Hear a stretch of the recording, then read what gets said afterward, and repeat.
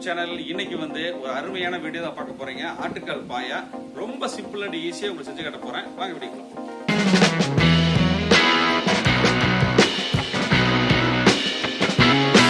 ஆட்டுக்கால் பாயா செய்யறதுக்கு வந்து நான் ஒரு 5 ஆட்டுக்கால் எடுத்திருக்கேன். ஆட்டுக்காலை வந்து இப்ப சுடுதண்ணியில போட்டு வச்சிருக்கேன். நல்லா சூடான தண்ணியில இதுல போட்டு ஊற வச்சிருக்கேன். ஒரு 1/2 hour கழிச்சு இதை சுத்தமா கிளீன் பண்ணிக்கலாங்க. அதுக்கப்புறம் நம்ம ஆட்டுக்கால் பாயா செய்ய ஆரம்பிச்சிடலாம். இப்ப பாருங்க, 1/2 மணி நேரம் ஆச்சு ஊறி சுடுதண்ணியில. இப்ப இதை எடுத்து கிளீன் பண்ண ஆரம்பிச்சிடலாங்க. சுத்தமா ஒரு 1/2 மணி நேரம் கழிச்சு நீங்க கிளீன் பண்ணீங்கன்னா சுத்தமா எல்லாமே வந்துடும். இது எல்லாத்தையுமே நம்ம சுத்தமா பண்ணிட்டோம். பாருங்க, ஆட்டுக்காலை இந்த மாதிரி சுத்தமா கிளீன் பண்ணியாச்சு. இந்த மாதிரி சுத்தமா கிளீன் பண்ணாதான் அந்த பாயை வந்து கருகரு வாடை இல்லாம நல்லா சூப்பரா வரும். இப்ப நம்ம இதெல்லாமே கிளீன் பண்ணி எடுத்தாச்சுங்க. அடுத்து மஞ்சள் போட்டு கழுவிக்கலாம்.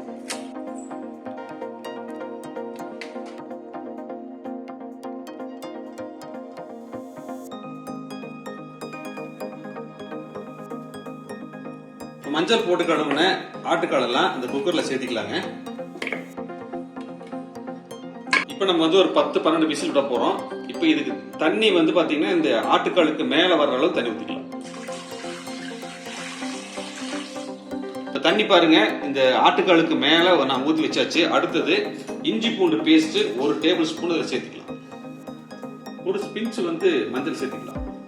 கொஞ்சமா புதினா இலை, கொஞ்சமா கொத்தமல்லி இலை. இப்ப குக்கர் மூடியாச்சுங்க. விசில் போட்டு ஒரு 10 இருந்து ஒரு 12 விசில் விட்டு இறக்கலாங்க. இந்த கால் வேகிறதுக்குள்ள நம்ம ஒரு பேஸ்ட் அரைச்சிடலாங்க. ஒரு 1/2 கப் வந்து துருவன தேங்காய் எடுத்துருக்குங்க. அப்புறம் 10-15 முந்திரி, ஒரு 1/2 டீஸ்பூன் வந்து கசகசா. கொஞ்சமா தண்ணி சேர்த்திட்டு ஒரு ஃபைன் பேஸ்ட் அரைச்சு எடுத்துக்கலாம். பாருங்க, இந்த மாதிரி ஒரு ஃபைன் பேஸ்ட் அரைச்சு எடுத்தாச்சுங்க. அடுத்தது நம்ம குக்கர் ஓபன் பண்ணிடலாம். 12 விசில் விட்டு இறக்கியாச்சு. ஓபன் பண்ணி பார்க்கலாம்.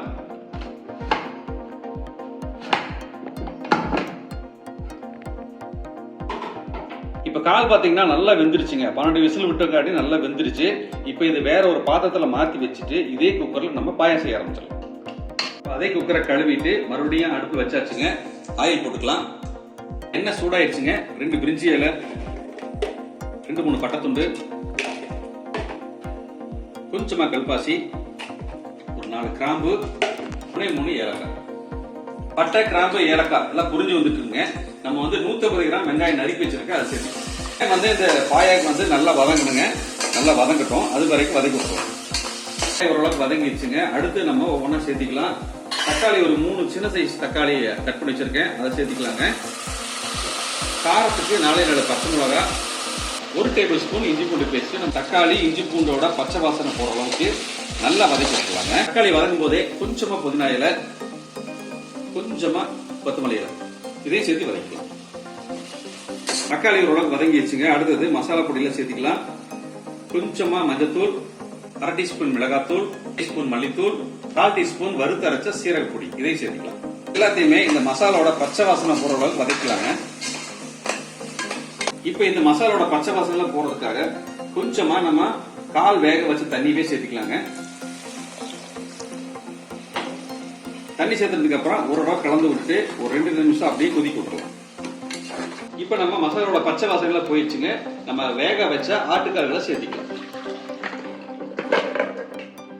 ஆட்டுக்கால் சேர்த்ததுக்கு அப்புறமா நல்லா கலந்து விட்டுறலாங்க. கலந்து விட்டுட்டு இந்த பாயாவுக்கு தேவையான உப்பு சேர்த்திக்கலாம். நான் 1 டீஸ்பூன் கல்லுப்பு தான் சேர்த்துறேன். கல்லுப்பு சேர்த்துனதான் நல்லா இருக்கும். சேர்த்திட்டு இன்னொரு கலந்து விட்டுட்டு நல்லா கொதிக்க விட்டுறலாங்க. பாருங்க, பாயா நல்லா கொதிக்க ஆரம்பிச்சிருச்சுங்க. இப்ப இந்த ஸ்டேஜ்ல நம்ம என்ன பண்ணலாம்னா தேங்காய், கசகசா, முந்திரியோட சேர்த்து அரைச்ச பேஸ்ட் அதில் சேர்த்துக்கலாம். இப்ப தேங்காய், முந்திரி, கசகசா பேஸ்ட் ஊத்தியாச்சுங்க. ஊத்திட்டு ஒரு 2 தடவை நல்லா கலந்துக்கலாம். உப்பு மறுபடியும் செக் பண்ணிக்கலாங்க. இப்ப தேங்காய், கசகசா, முந்திரி பேஸ்ட் ஊத்தியாச்சுங்க. ஒரு தடவை நல்லா கலந்து விட்டாச்சு. உப்பும் செக் பண்ணிட்டேன். உப்பு ஓரளவு கரெக்டா இருக்கு, போதும் உப்பு. இப்ப நம்ம மறுபடியும் மூடி போட்டுட்டு ஒரு 2 இருந்து ஒரு 3 நிமிஷம் கொதிக்க விடலாங்க. அப்புறம் இறக்கி உங்களுக்கு காமிக்கிறேன். பாயா பாத்தீங்கன்னா நல்ல ஒரு சந்தகம், இடியாப்பம், அப்புறம் பாத்தீங்கன்னா இட்லி, தோசை, சப்பாத்தி எல்லாத்துக்குமே சூப்பரா இருக்கும். இன்னைக்கு வந்து நாங்க வந்து இடியாப்பம் வச்சா சாப்பிட போறோங்க. செம சூப்பரா இருக்கும். ஏற்கனவே நிறைய இடம் நான் சாப்பிட்டுருக்கேன். இதை வேற ஒரு பவுல்ல மாத்தி உங்களுக்கு காமிக்கிறேன். நல்ல ஒரு வீடே மணக்கிற மாதிரி ஆட்டுக்கால் பாயா சுட சுட ரெடி ஆயிடுச்சுங்க. நல்ல இட்லி, தோசை, இடியாப்பம் எல்லாத்துக்குமே சூப்பரா இருக்கும். ட்ரை பண்ணி பாருங்க. இந்த வீடியோ பிடிச்சிருந்தா லைக், ஷேர் பண்ணுங்க, கமெண்ட் பண்ணுங்க. மறக்காம எங்க சேனலுக்கு சப்போர்ட் பண்ணுங்க. சப்ஸ்கிரைப் பண்ணி பாருங்க. நன்றி, வணக்கம். அடுத்த வீடியோல பார்க்கலாம்.